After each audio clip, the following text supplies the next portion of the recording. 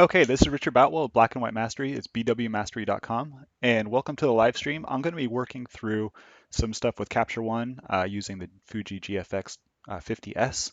So here is my homepage on my site, and I wrote a few things about Capture One in the past. There is this, it's the black and white setup here. I'll use some custom workspaces, and this post will just show you some of the ways you can customize your workspace for working pretty efficiently with Capture One Pro. This is with Capture One 8, a few versions past, but it's basically the tools are basically the same. The second page here is my black and white conversion workflow using Capture One, and then there's a few just quick things in here that you can take a look at, and I'll put these links in the description. So I'm going to get back to my desktop here. And the first thing we need to do to work with Capture One with the Fuji GFX files is to convert them to DNG. So I'm going to open up Adobe DNG converter. And I just made a folder on my desktop with these RAF files. So I'll select those. Um, there are no subfolders and no skips. And I'm just going to put them in the same location. And document name, file extension is just DNG. So now let's convert those. Just take a few seconds here to convert these. There's only, I don't know, 10 files or so in here.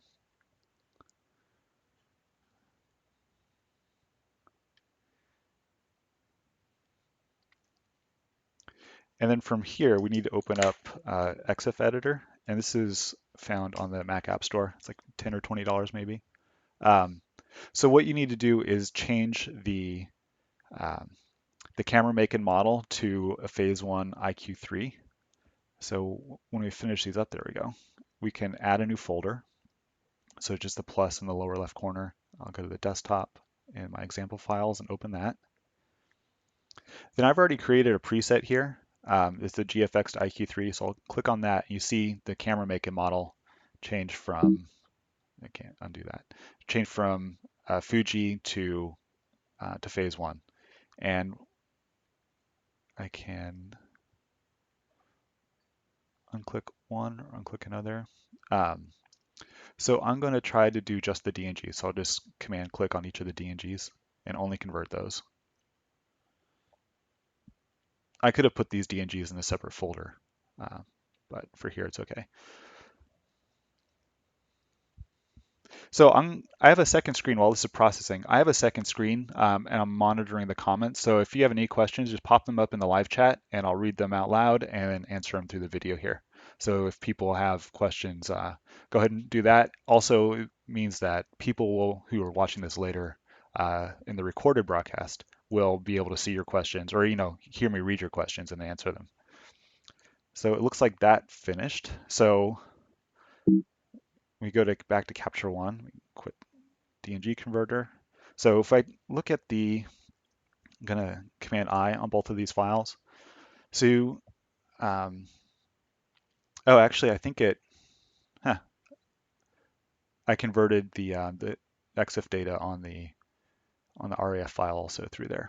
Well, it's no biggie. So here we can just go to import images. I'm in Capture One. And choose my folder, it's the desktop, and open that. Okay, so only the DNGs are visible. So it looks like the REF files are not coming through here.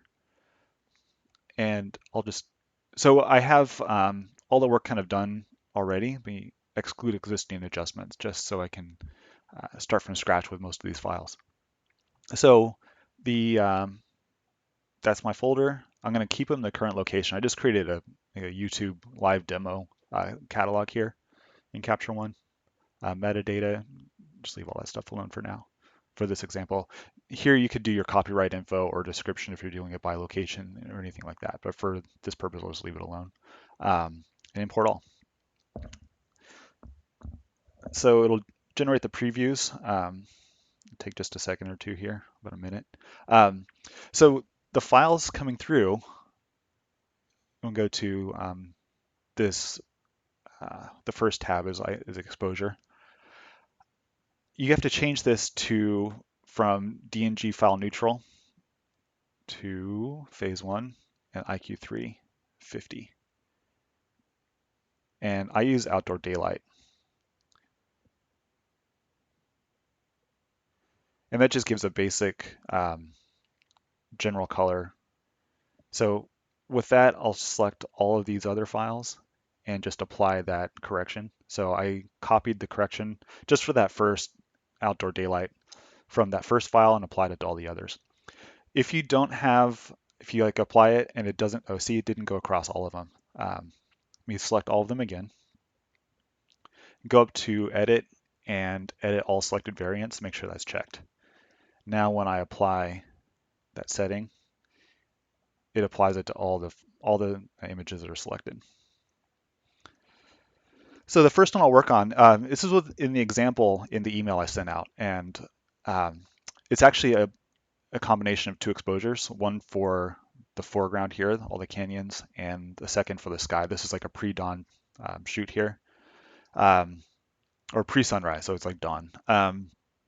So the first thing I do is just, for this first file, is come through and just increase the contrast a tad, leave the saturation alone, and then increase the highlight recovery.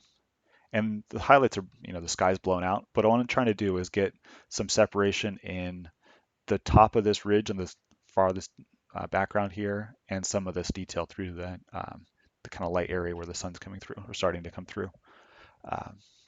So just increase the highlight recovery, and for the other stuff, I pretty much leave alone. For the clarity, I'll increase it to about 10. And I'll come down and look at the noise reduction in a moment, but I want to just scroll through here to just show you how. So I have a little bit of diffraction coming out to the edge. This is, let's see, how long of an exposure was this? You can go to the info here. It's about, yeah, it was 8 seconds at f8. So there might be just a little wind blowing. So it's a little bit, maybe a little soft on those edges. Nothing to worry about here. What I do want to show you is the noise reduction. Capture One generally does like 50, 50, and 50. I think it's a little too aggressive, so I turn the luminance noise down to like about 15%, turn the color noise all the way off, and then I increase the detail to about 80 to 85%. And that just gets some of that plasticky look out of there. Sometimes these Capture One files start to look a little too smooth in certain kinds of detail. So I'm just scrolling around more with the loop just to check out the details and do this periodically throughout the editing. It's kind of like just a go-to thing while I'm thinking about what the next thing to do is. So from here, I like to turn the sharpening down also, because most of the sharpening I'll do will be in Photoshop. Some detail boost and sharpening workflows I'll show you in just a few minutes. And then the halo suppression, I'll turn that up just so there are no white/black lines around these edges here. So from there, I'll jump over to the lens correction, and I'll turn on diffraction control just for a little bit of correction there. This camera has the manufacturer profile kind of built in to the file, so I'll leave that set. I did a few tests with doing a generic and then changing these settings around, but I found that just the manufacturer's profile seemed to do a better job at this initial conversion here. So from here, just scroll around a little bit more. And because of this sunrise right there, I'm going to bring up the purple diffringing just a bit.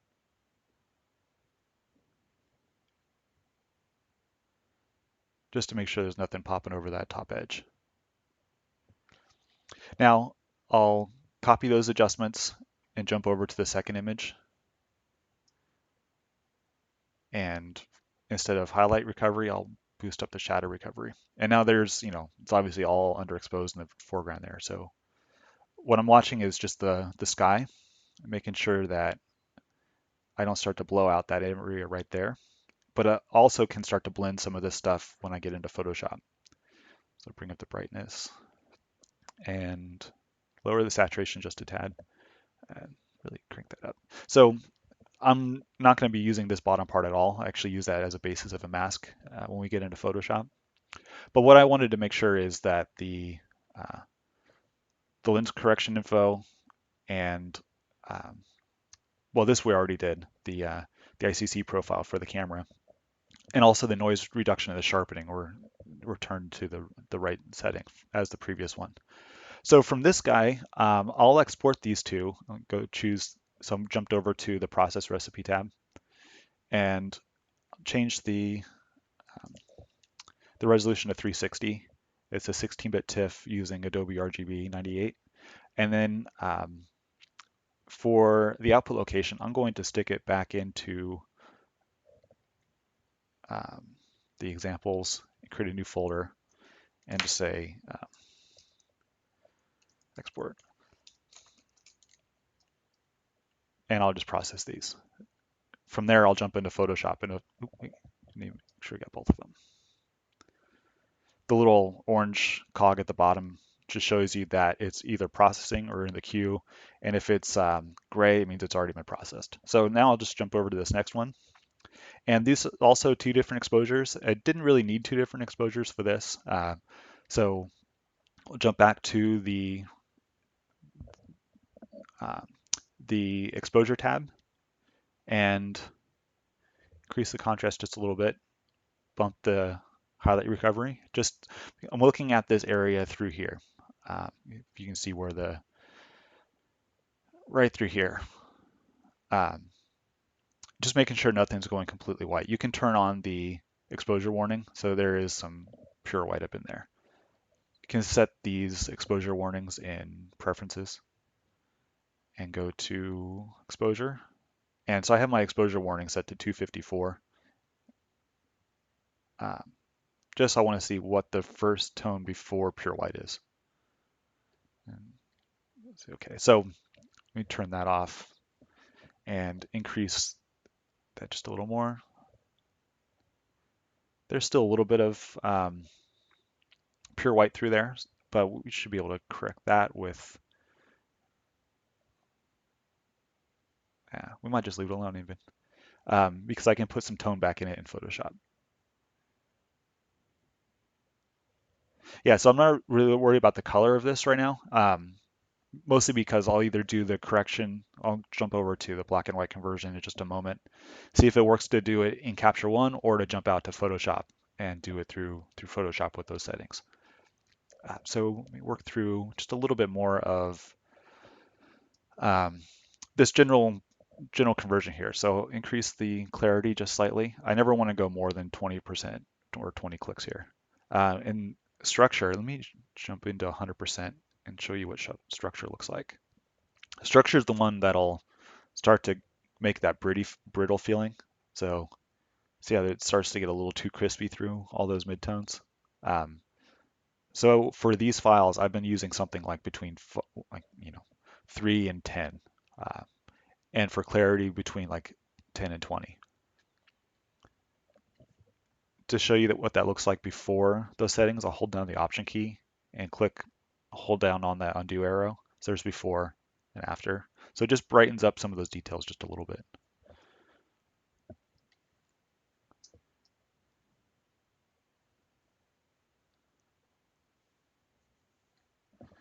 And so, all right, increase the halo suppression just a little and turn down the sharpening just a little more. I'm checking just the furthest details back there. Making sure stuff is sharp for the most part. Come down. Some of these I did focus stacking. That's why you have two exposures here. I was using one exposure for this close rock outcrop and then another for the far background. Let's go back to here. So we can do a lot better with this, the foreground. And the best way to do that is just jump over to the local adjustments. And you can add a new one. And I'm going to say brighten foreground.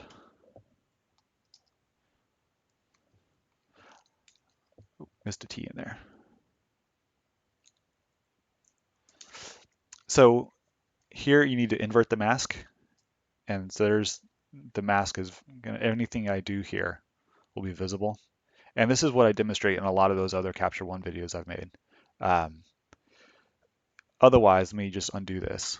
If when you make a new layer and you increase or move the curve around, nothing's really going on, or you can't see what's going on because you don't have the mask visible.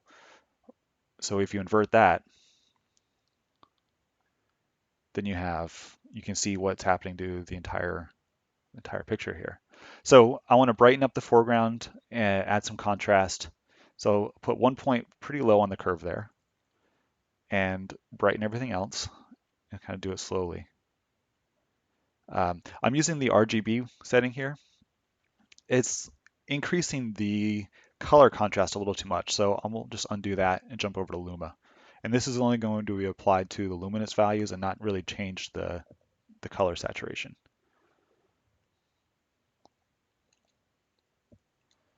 And this is a little bit of an ugly curve here, but we'll correct for that in a gradient in just a moment. So you can turn that layer off and on to see what the effect is. I'm just going to jump over to the gradient tool, start someplace around there, and drag midway through um, into the sky there. And from here, you can grab a brush and make sure my settings are, yeah, so 24% or so, and just go back through the area where the gradient wasn't really applied. So I changed my mask to be visible as green because the images are so red. Otherwise, we go to preferences and change, where is it? It's appearance, I believe. Yeah, change the mask color back to, I don't know what it is, something like this.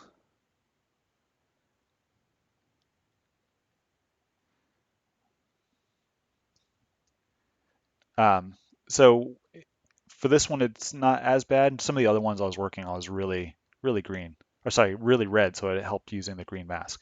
Um, so just going through and with a brush tool, just lightening up a few of these areas based on that curve. Uh, and still a little flat through here, so I might make another one and call that foreground contrast.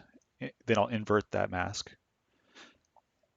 So it's whatever adjustment I make is visible throughout all of that. And for here, I'll go to clarity, increase the clarity a bit, and structure just a little bit more. And I can do this locally now. So let's find,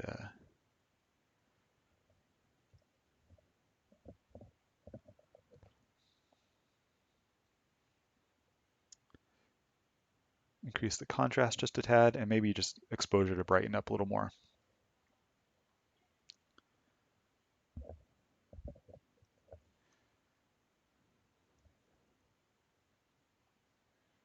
Okay, I was making sure the sound was on. I know last time I realized the microphone had a separate mute button from the hardware one I was using. So make sure everybody can hear me going through this. So turning these back and on, off and on. And now to invert that mask, I have a keyboard shortcut for Command-Shift-I. So it just inverts the mask there. And now I can use a brush tool and slightly bigger. Just come back through and paint in some more contrast. And there's no set rule for this. I'm just kind of going through and seeing what's needed. Um, and just kind of general adjustments. We can do more fine-tuned things in Photoshop. Um, so from here, now we can jump into a black and white adjustment. So I use the color tab and uh, some custom settings in here or a custom layout. I use a white balance, the black and white, and then the color editor. I like to use the advanced one. I'll just show you how some of that can work for you in just a moment. Turn on enable black and white, and now it's really flat, right? So I have a few custom presets for different um, filtration. So let me check out a dark red, uh, dark yellow, And it might make sense to do the conversions in Photoshop, but for now, I'll just choose this Pancro and increase some of the red and yellow and the magenta. So, and then lower some of the blues and cyans. Now I can hold down the Option key and turn on or click the undo button to see the before and after of those settings. The other thing we can do is turn that off for a moment, get the color picker, and choose a color in here. So like that purplish in here, increase that just a bit for the yellows and kind of keep it away from the blues a bit. And then increase the saturation of that and the brightness. Now when we jump back to the black and white conversion, um, it's really not the best way. We might need to do this in Photoshop. Um, the sky is blowing out a little bit, so it might make sense to do this in Photoshop. See how the contrast or the saturation of these reds in the sky has been increased. So when you use the setting here, the slider for the reds and the magentas, those tones are what's really being affected. So we can do something where we have one set of filtration for the sky and another set for the foreground. But that's easier to do in Photoshop than exporting two different versions from Capture One. So for now, just turn that back off and then undo that setting there. So what is a little bit difficult with Capture One sometimes is increasing the contrast. You don't really have a way of specifying which range of tones you want to increase the contrast in. So what we can do is use luminosity masks in Photoshop to really target those areas. Just play with this shadow recovery just a bit to open up the foreground. All right, let's do one more thing here. I'm going to increase the contrast of the sky just a bit. And let's say, so Command-Shift-I to invert the mask. And now we can use this darkening.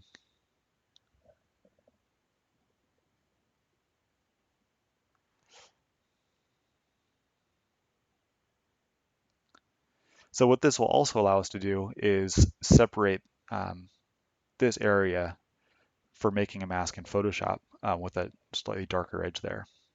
So now with the gradient tool, start here and just go into about there. So it didn't really get much in here, but just kind of increased that separation just a little bit. But it did darken the sky, kind of made it a little more dramatic. One thing not really liking is just how dark this area is in here. So we can go back to that layer one and just with a brush, a little smaller brush, just lighten that up just a touch.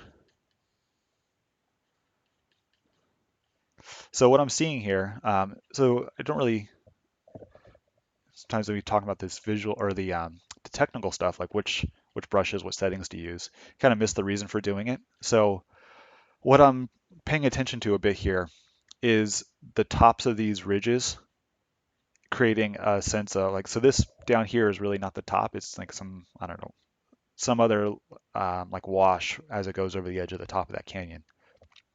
But how these things, these shapes create a structure on the edge, like a rhythm going from the bottom up and also from the left into the center. So I'm touching the top of those to lighten those a bit to separate these tops of the mesas or the canyon from the canyon walls. And also around, see this little section at the bottom, I just kind of hold, it gives a little variation to hold that. And touching some of these few areas just to relate these lighter areas to other things in the picture. That also starts to relate some things in the sky. So let's turn off, all right.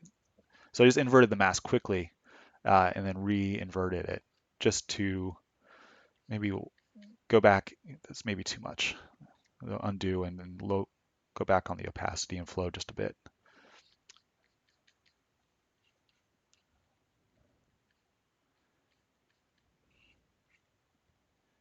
And just to balance out this left side here, I'm going to brighten up this area right here.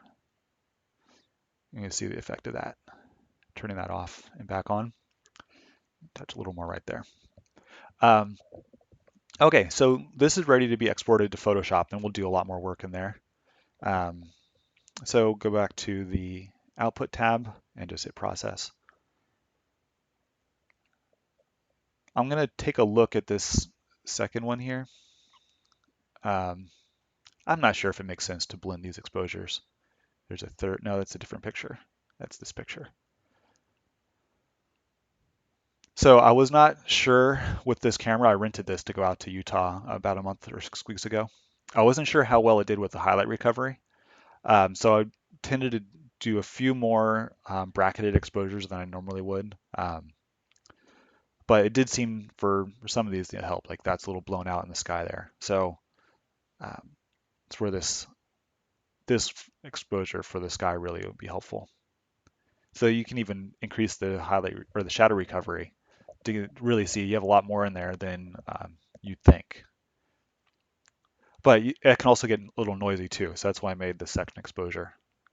Still a little dark down here, but there's plenty of detail. Increase the contrast slider and darken right there, bring the rest of these tones up. So while the stuff is processing, I generally just jump around. So I usually work through several of the pictures in Capture One before jumping back to Photoshop where I've already exported them. So now here's where I would, because of the way I increase the contrast all over, I would go back and use a second exposure to blend in the sky.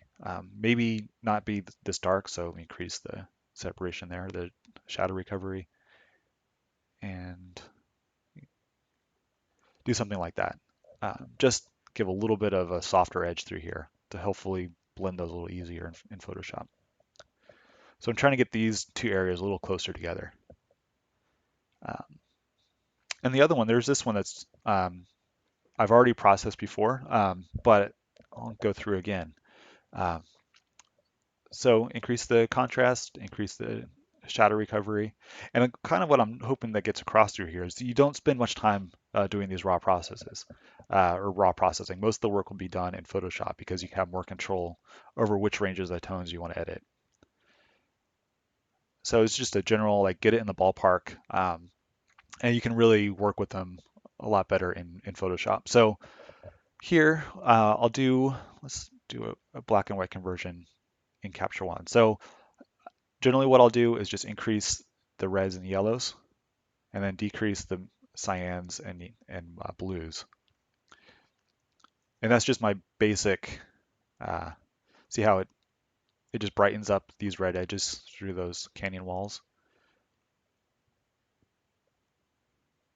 And this is just a basic kind of landscape, darken some of the blues where those shadow areas and lighten some of the reds and yellows where it would be like some vegetation or these kinds of tones in, turn that off for a moment, in the canyon walls. So from here, we could jump into the local adjustments and make a new one for some contrast, brighten up the contrast down here.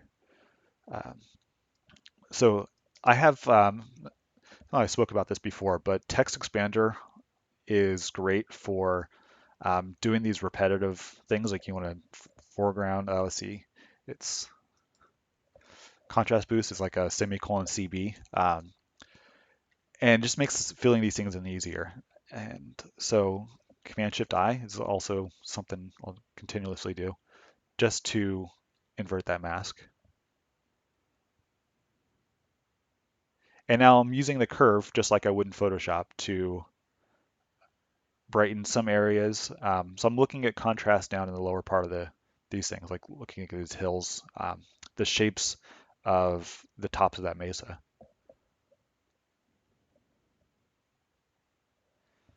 And just a little contrast through there. And then I will reinvert that, get the brush, and then it's kind of what I like to call my intuitive local contrast control. You're just painting through here, and it's like abstract expressionism in a little bit. You can use the basis of the previous brush stroke to see what you need to do for the next one. So just accentuating some of the detail and the shape of those hills with the brush. If you look at the mask, it's a fairly low opacity brush, so you can keep going over this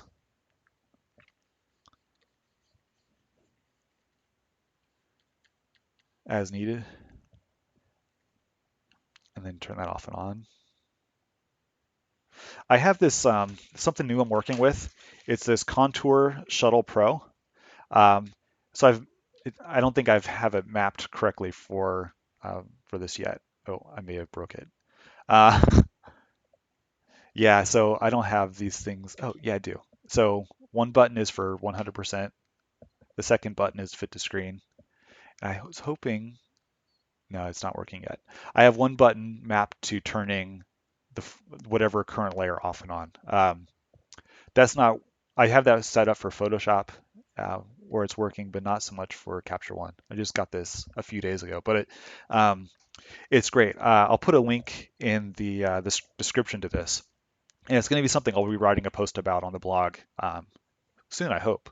Um, just to like show how you can use some pretty basic third-party tools to like as an extension of like the brush and pen tab, like the Wacom tablet. You can use the Shuttle Pro thing for increasing the brush size. That's not set up here for Photoshop, but for Capture One, but I do have it set up for Photoshop. Where it's just, you don't have to remember so many keyboard shortcuts, or you can map certain keyboard shortcuts to the buttons on the Shuttle Pro, where it just, makes the working just a little bit more intuitive. You're looking down at the keyboard a little bit less often and keeping your eyes focused on the image. So let's see. Yeah, so you can see some of this brightens up through here. Let me just brighten up a little more down at the bottom here.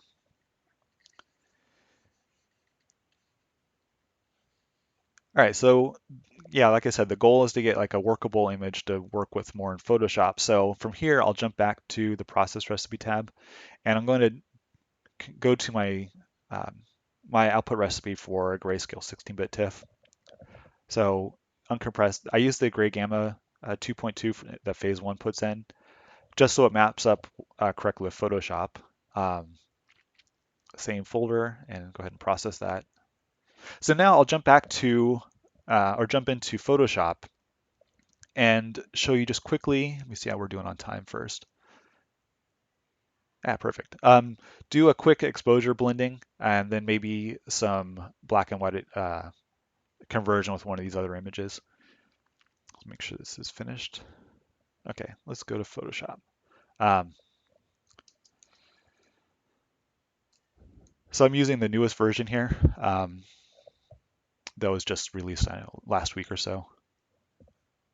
Okay, so you saw that in Capture One. I have the default output to automatically open with Photoshop CC.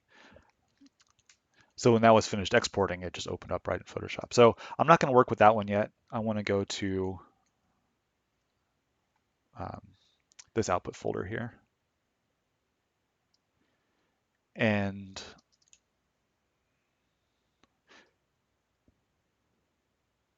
that's fun. All right, so Spotlight's not, or the Quick Look's not working so well with these TIFFs. But these should be the two, yeah, they're the two exposures I want to blend. So I don't do anything with the HDR plugins or whatever. I just get the move tool and drag one on top of the other. And now, oh, you know what? You can't see my panels. Let me close that. Switch workspaces here in Photoshop. So now I have the layout. It's working full screen, so it's not distracting.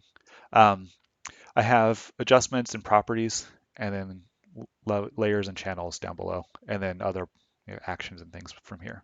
So these line up pretty well. This is why I wanted to have these two tonal areas a little closer together.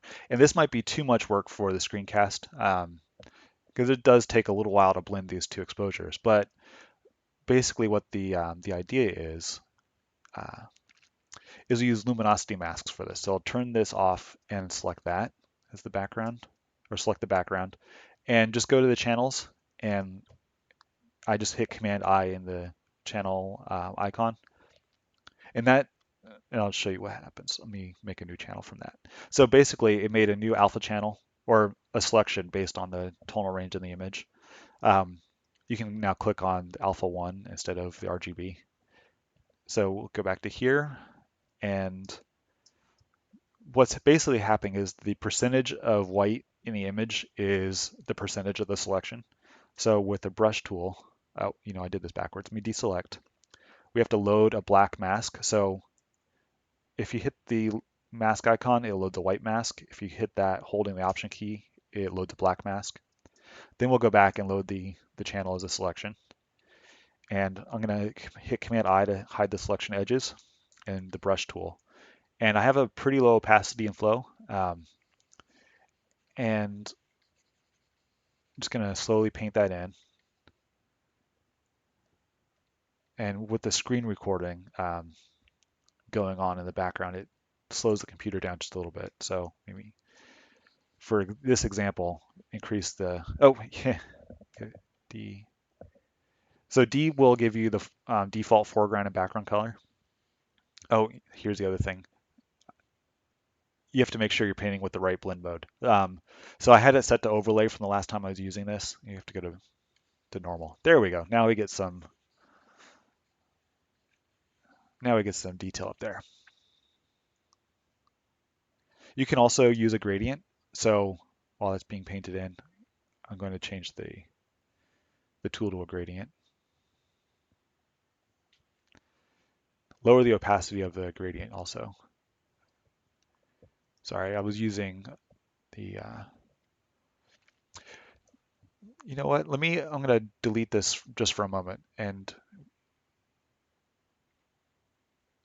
show you something else.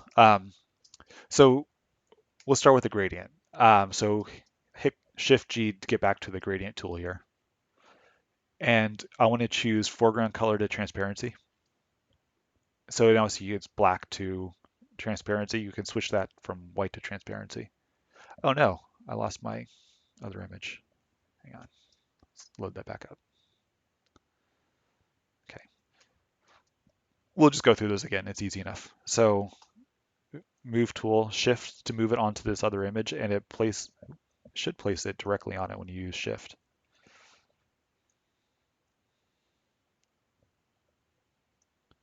It didn't. Let's see what's going on there.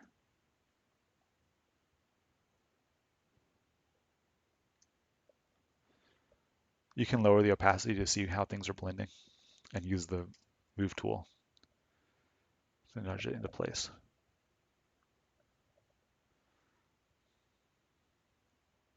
There, now it mapped up just fine. There we go. All right, back on track. It's weird that it's different outputs. Oh, you know what? I had a selection in place, so it like threw it onto the selection. Deselect, delete that, try this again. There we go. Now it's,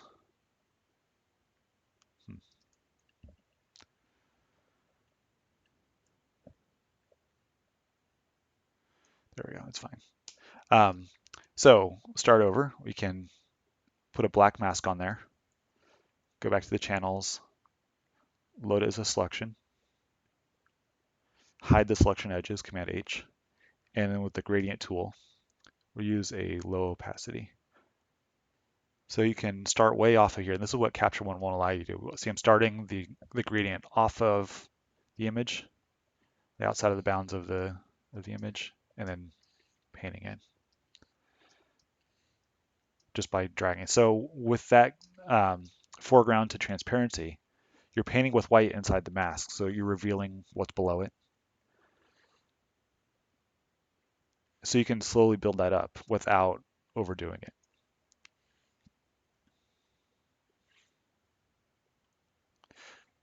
So what we don't want to see is a really distinct edge around this. That's why I used this here where it's kind of glowy through there. So what's being painted in is also coming through just like that. So zoom out and show and hide that. So it's real quick to do that. Now with the brush tool, you can go through and grab some of these nice highlight, or these, not highlights, but those darker areas in the clouds. Just a little more drama up there.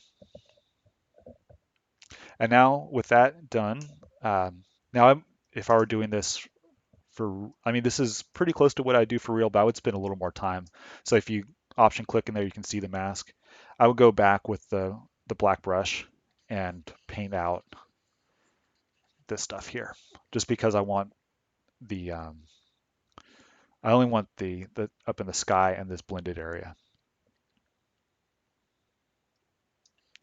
So from there, deselect, just kind of make a habit of hitting Command D before you do anything else, just so you don't do something within a mask, or you don't create a mask while you're trying to make a new layer or something. So now I'll do a black and white adjustment.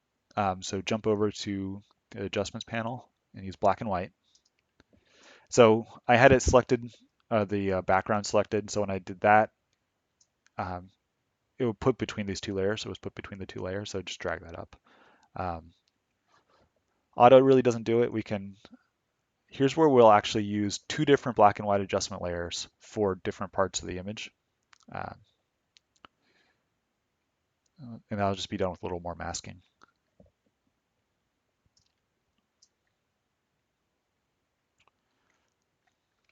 The other thing we can do before that, so I went back to the background. I'm going to do a curve between this, so it's going to be applied to this lower part of the image. Just to increase a little contrast a little more. It looks just a little too flat with that adjustment. Now, I'm not looking at what's going on in the foreground up there, or sorry, not the foreground, the background in the sky. Just trying to get a little more separation.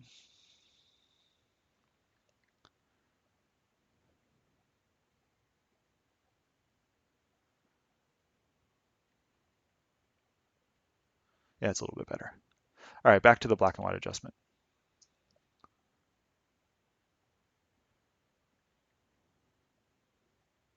So similar shape to this as I did in Capture One. Increase the reds and the yellows, and then decrease some of the blues. And so for the sky, we'll do something slightly different. So what I'll do is duplicate that.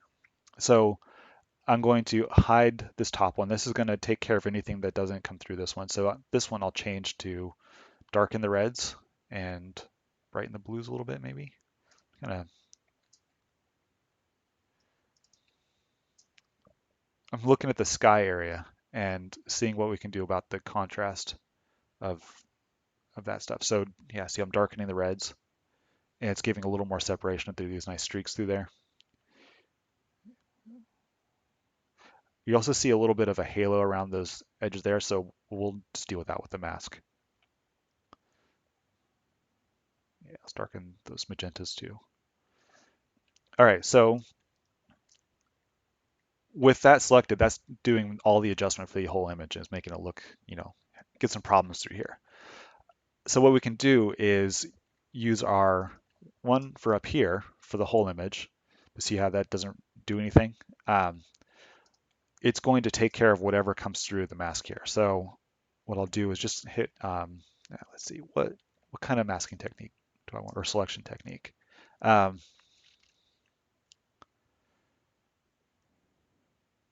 see. I'll do a luminosity mask again.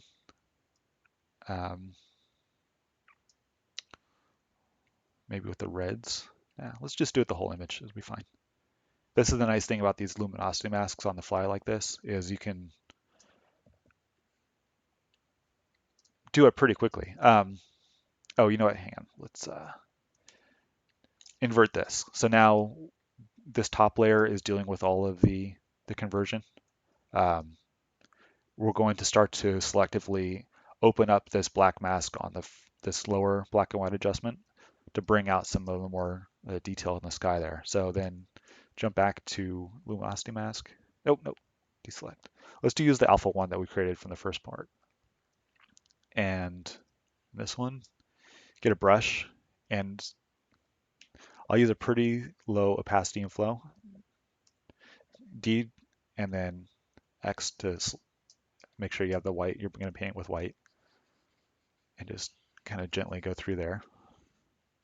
And I'm not going too far down into the top of that mesa there. I'm just trying to grab the top of this so you can see what's being selected there or what's coming through that mask.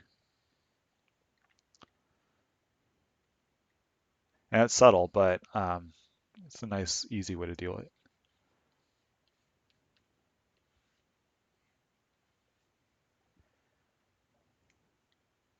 So I'm trying not to go down into here because that's where that this weird halo came through. So basically just right through here.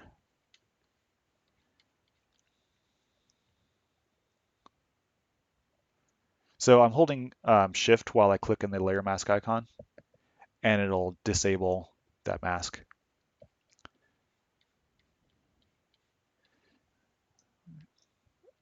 Just for expedience, we'll increase the flow here.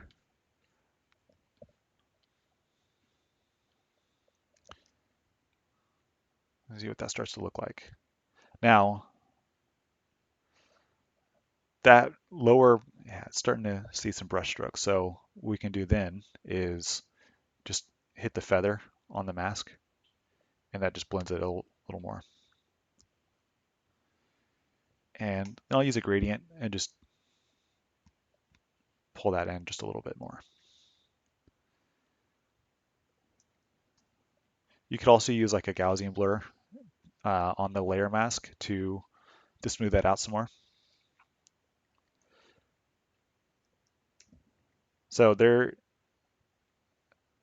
that, and it's pretty smooth. We can deal a little more, like use a curve layer later on after we flatten this down to a black and white uh, to open up some of these like highlight streaks through here if needed.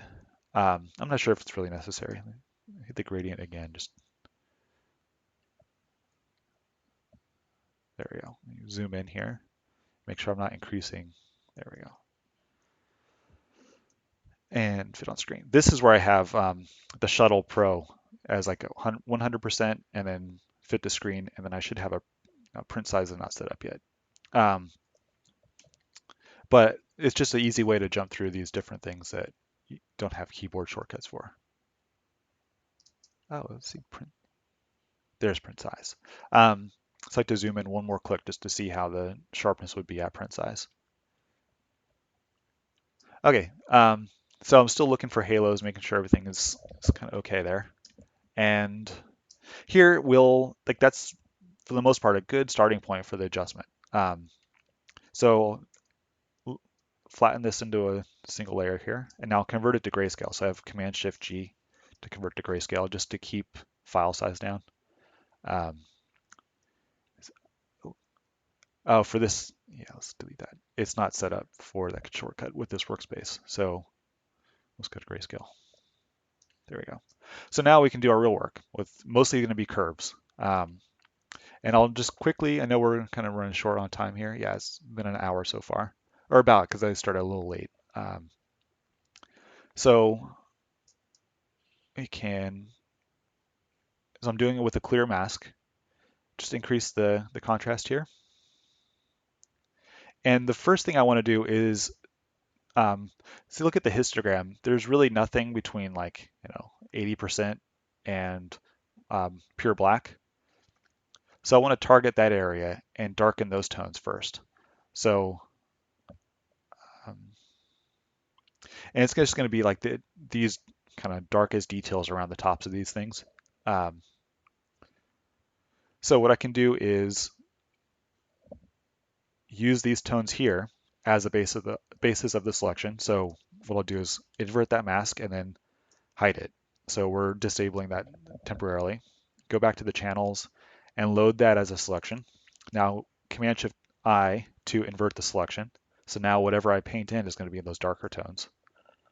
Then go back to the layers and then turn off or make that layer mask enabled again. Then Command-H to hide those selection edges and then we'll use a gradient first and just pull up from the bottom and see how the brighter areas are being protected. So I'm painting with white here. So affecting those darker tones to a greater proportion than the lighter tones. Now we could have done that a little bit differently with a different shape curve. So let's do another one, make a new curve adjustment. And this one we're going to really brighten those highlights and then darken everything else. And maybe too much, maybe darken that and then something like that. And this is mostly for an example. Change the shape of the curve to be something like that. Now invert the mask, so just Command I. Temporarily disable it with clicking on Shift while clicking the layer mask icon, and then go to the channel and then load the channel as a selection, load the luminous values as a selection. Then Command Shift I to target the darker tones, and then Command H to hide that, hide the selection edges. And then with the brush now, we can go in and grab some of these. You see what's being affected here, just those darker tones. Now, since I had that shape of the curve there, anything that was being selected is also being lightened. So we can go back to the curve, disable that, and then change the shape. So our selection is still based on that extreme contrast boost, but now we can adjust what that actually, like the output of that will look like. So I'm going to use a gradient again just because it's easier to get these larger areas.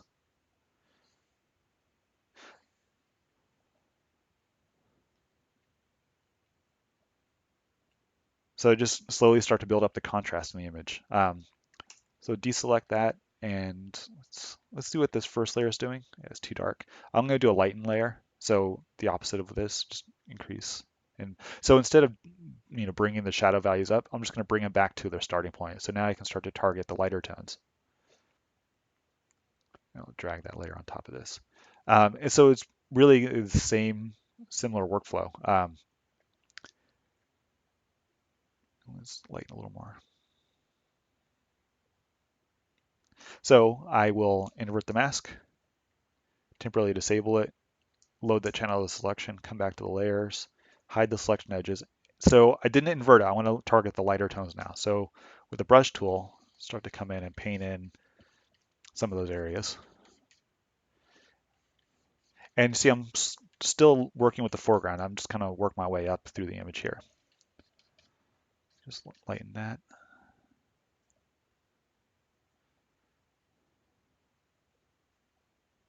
So option clicking in the icon, you can see what's being painted in. Turn off and on.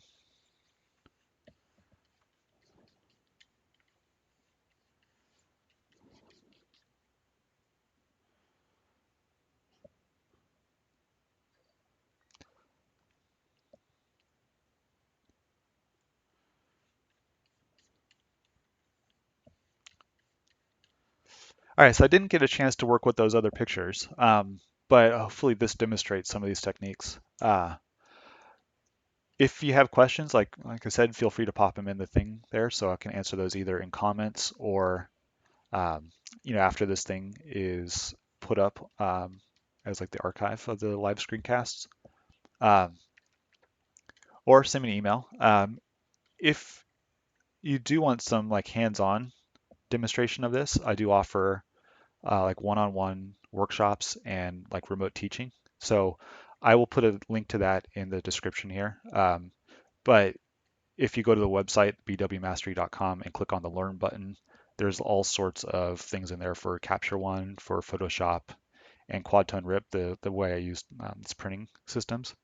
So, this could take a little while longer to do, but it's starting to take shape. The only thing I might want to do is some more stuff in the sky here. So we can do is click on a different layer, turn those off and on. It looks like we need a different one. So Command D to deselect, go back to adjustments and Let's put a little more contrast into the sky. And Command I. So instead of using a luminosity mask, I'll just get a gradient and drag down in to darken some of those areas.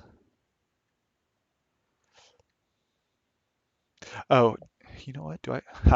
I have a circular gradient selected. I was doing some other stuff with it. So there, I was wondering why I got a circle there.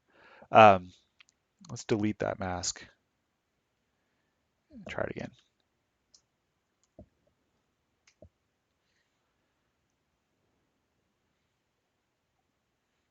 That's better.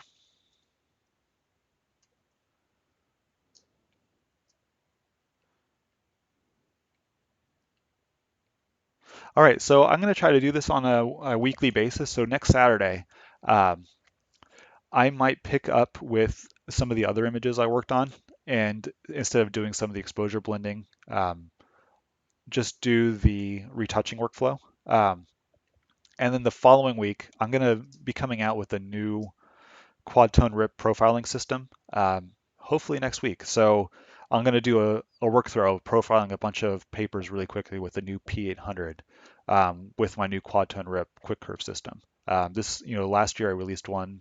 Earlier this past year, I released one for digital negatives. This new version will be for straight inkjet prints. It'll make it really easy to do your toning profiles with just a click of a button.